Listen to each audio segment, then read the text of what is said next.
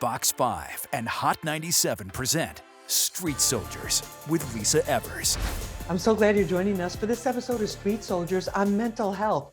I'm your host, Lisa Evers. You know, we keep hearing references to mental health issues in every area of our lives, from school children to A-list celebrities, even to international political figures on the world stage. And there's a good reason for it. We're going all across the country teaching barbers these efforts. You don't have to be an expert, but what you can do, you can empower and impact lives. The Confess Project was founded in 2016 in Arkansas by Lorenzo Lewis to build a culture of mental health for Black boys, men, and their families. Since it began, the program has trained more than 1,000 barbers and hairstylists to use their unique relationships with their clients to support their mental health and get help when needed. It's a mission for Lewis. It was my personal journey, being born to an incarcerated mother in a prison, facing juvenile detention at the age of 17. Also recognizing that I had a second chance in life. Women are facing their own stress factors, especially around appearance, motherhood, and the constant judgments of the social media jury. Mary Almonte, who hosts the Young Urban Moms podcast, says progress has been made in recognizing the importance of mental health, but there's no shortage of challenges for women who have to navigate multiple roles under new pressures as we emerge from the pandemic and face an uncertain future. The world is topsy-turvy right now, and most women have been kind of the linchpin of their families, kind of creating a sense of normalcy out of this bizarre situation over the past 2 years. And now we're coming out of it and having to create another sense of normalcy. Whether it's fact or perception, in-person confrontations seem to be more common in a variety of places. Many of us have witnessed arguments over parking spaces, heated exchanges with airline and other service industry personnel, and even security guards and law enforcement. Dr. Jeff Gardier has this advice if you find yourself the target of misdirected anger. Let me give a kind word. Let me ask a question. Let me be quiet. Let me let them express themselves. Let me not challenge them, because that's not going to amount to anything other than violence. So what do we really mean when we talk about mental health? Let's find out what our panel has to say. Joining me, Dr. Jeff Gardier. He's a clinical psychologist and professor at Truro College of Osteopathic Medicine, America's psychologist. Dr. Jeff, great to have you with us. Great to be with you all. Thank you so much. Also with us is Mary Almonte. She's the president and founder of Young Urban Moms and the mother of two herself. Mary, thank you so much for being with us. It's an honor to be here. Thank you. Also joining us is Lorenzo Lewis. He is the founder of the Confess Project. They are bringing mental health support to thousands of men across the country through barbershops. And we're going to find out all about that and why he got involved in that in just a moment. But Dr. Jeff, please, can you just give us some definition here of what is mental health? We've been hearing this nonstop. Well, mental health, according to the World Health Organization, is the ability to be able to enjoy one's life, to engage in social and occupational functioning, and to have a balance where one is able to realize what their goals are, who they truly are, and how they can move through life in a very positive way. And so that's the ultimate goal. That is the ultimate goal. We all have mental health challenges. But if it's a situation of where we're able to get through those ups and downs and are able to have that homeostasis where everything comes back to normal after some of these major issues that we go through, then that is still considered to be part of our mental wellness and our mental health. All of that goes into that particular package. Mary, what about mental health in terms of kids and raising kids and what you're hearing from the moms in your group? Well, first and foremost, I want to say, after hearing Dr. Jeff's definition of mental health, I think that most, not just mothers, but parents probably feel like they're not mentally healthy. Right. It's a lot, right? Like, I think that in recent times, it's become way less, taboo to admit to not being okay as a mom in particular. I feel like historically, the way that mothers are presented in media and even in TV, right? Like in films, it's like they have to have it all together. And it's been really, not socially acceptable to admit that you're not feeling okay. You're not feeling like yourself. You're not feeling like everything is under control. And I think that recently I've definitely been seeing an uptick among, the group with young urban moms and just my group of peers of women and mothers, where people are now starting to admit, like, I'm not happy, like I don't feel like I'm doing well. Every day is not rainbows and butterflies. So I do think, though, in light of COVID in the last 2 years, I think that it's really heightening now, right? Like now we're kind of easing back into some new normal, and it's really not easy for anybody, especially as leaders of families and as, role models for young kids, trying to help them find a new normal and then easing into a new normal ourselves is not easy. No, and that's a So, great point, because during the pandemic, it was like everything was focused like, let's get through this, let's survive, let's do what we can do. And then now all of these other issues are coming to the forefront. Lorenzo, you founded the Confess Project. You're taking mental health services to men in the barbershops. What made you want to do that? Well, honestly, I grew up in my aunt's beauty salon as a kid, and I like to call it village care. When I went to her salon every day, it was like walking in, and it was a bunch of conversation. It was women taking care of other women, and the barbers that was there was really like the anchor in that community. In the local community here in Little Rock, Arkansas. It really sparked me because that same barber really was my first mentor.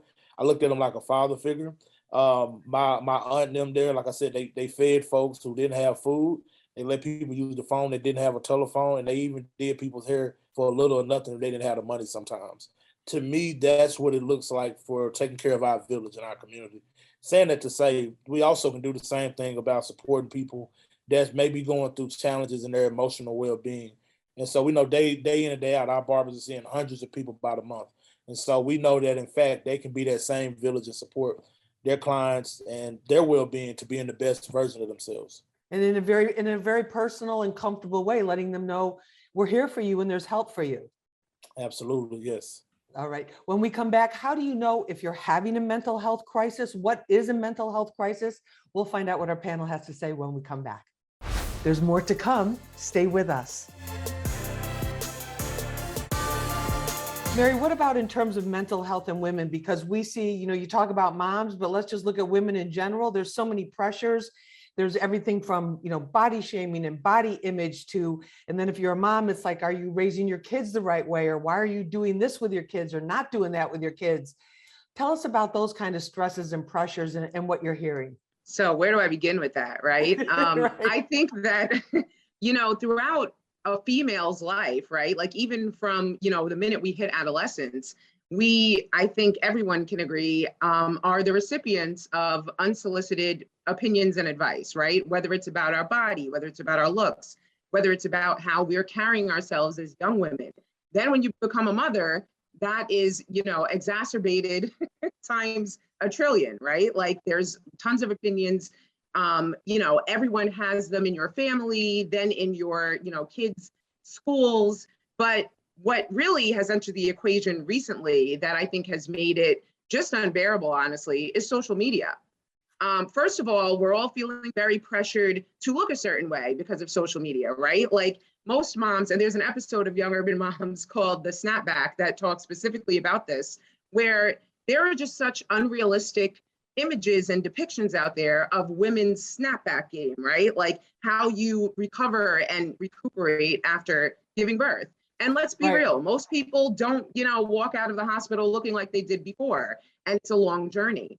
Like even celebrities these days are getting heckled. I believe just, a couple of years back, Lauren London, had just given birth and went to a basketball game and people were talking about her weight. And it's like, let's see how you look after you give birth, right? Exactly. Like everyone's a critic on social media.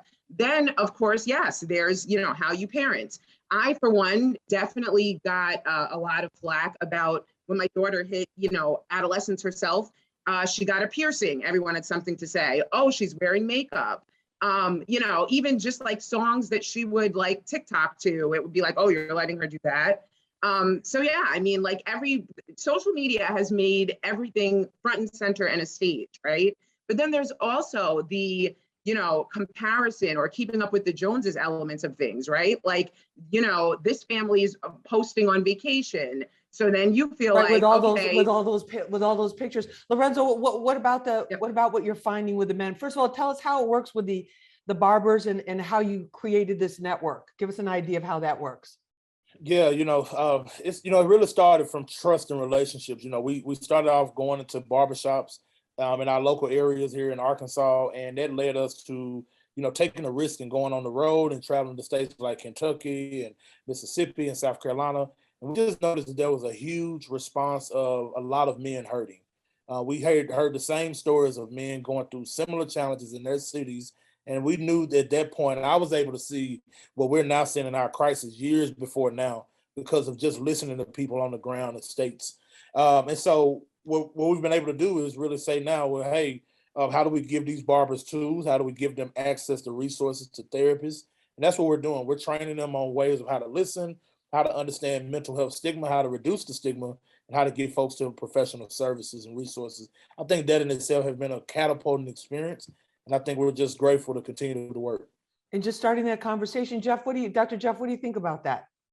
Well, Lorenzo and I have worked together before, and I was just really blown away because he follows a basic tenet, and Mary does the same thing with her group, meeting people where they are, right? It's not one size fits all, but looking at different ways that we can get them to open up. It doesn't have to necessarily be in a therapist's office.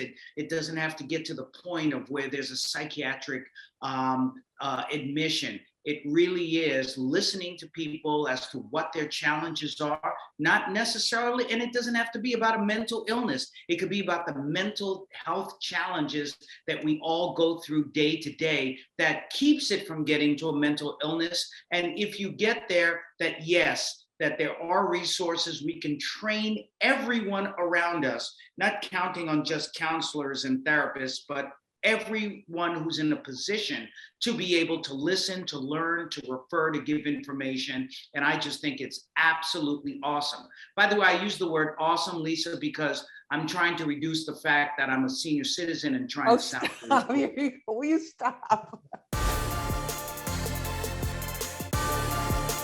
Dr. Jeff, in terms of the social media pressure, because that's another thing too. It's like it's not like people used to just have, their immediate circle, their family, whoever was involved in their daily lives. It's like you're on it, and then you expose yourself to all of this, all kinds of criticism. Like Mary was talking about the moms.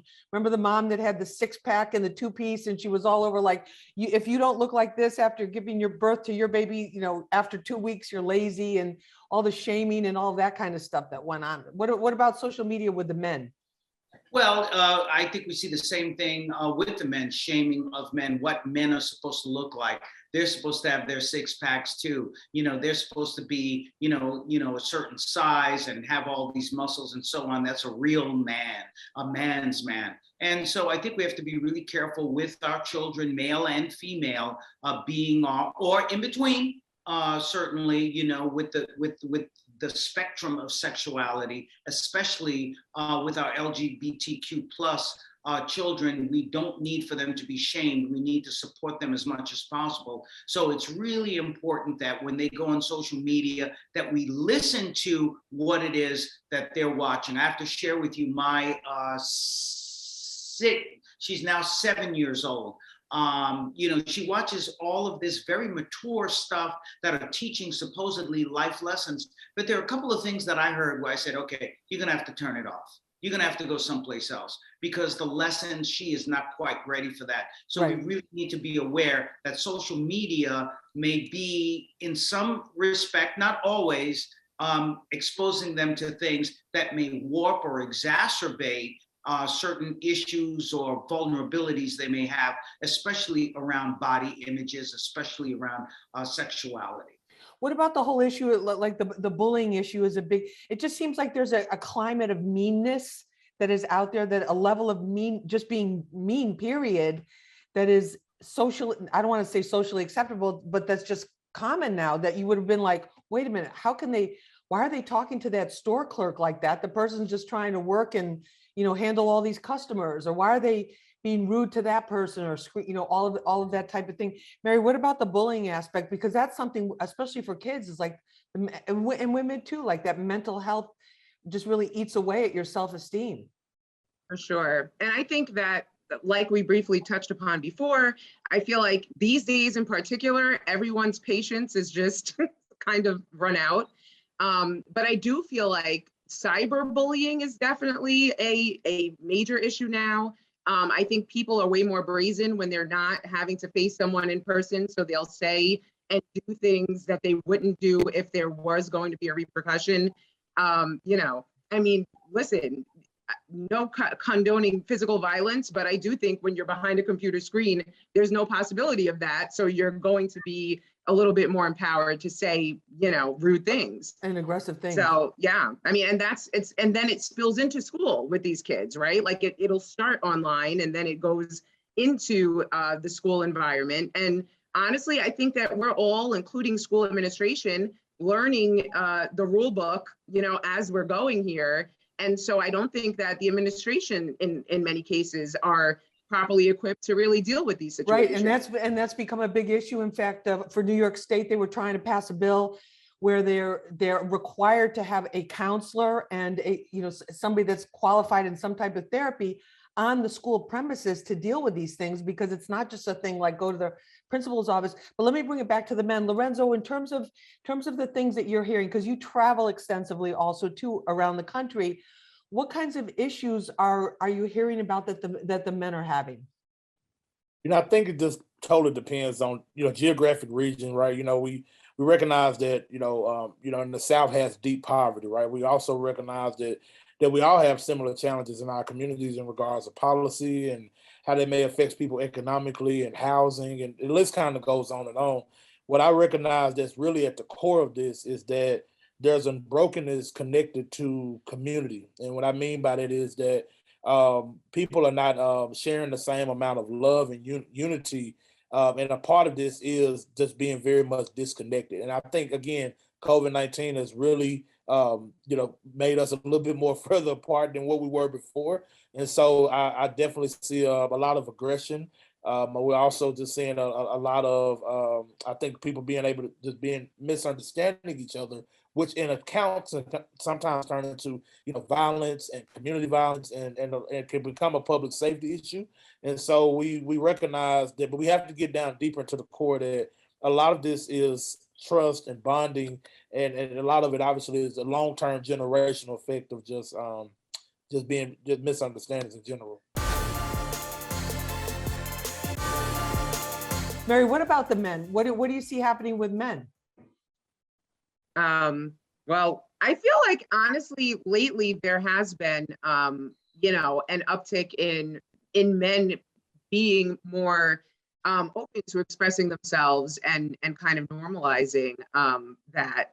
And I think just in general, people are now starting to understand what it is to set boundaries, right? I feel like also as mothers, I think we need to instill that at an early age. A lot of the core values that Lorenzo was speaking of, how much easier would it be if, young men and women were taught from childhood, like express yourself when you're feeling a certain way, it's okay to say it. And then this way, all of your friends will know how to treat you and you know how to treat them. And I think that would kind of deter altercations before they'd even happen. All right. No, the communication is key. Dr. Jeff, I know you have to get going. You have another engagement, but in terms of the Dr. Jeff prescription for mental health, can you leave us with some guidelines here as we move forward?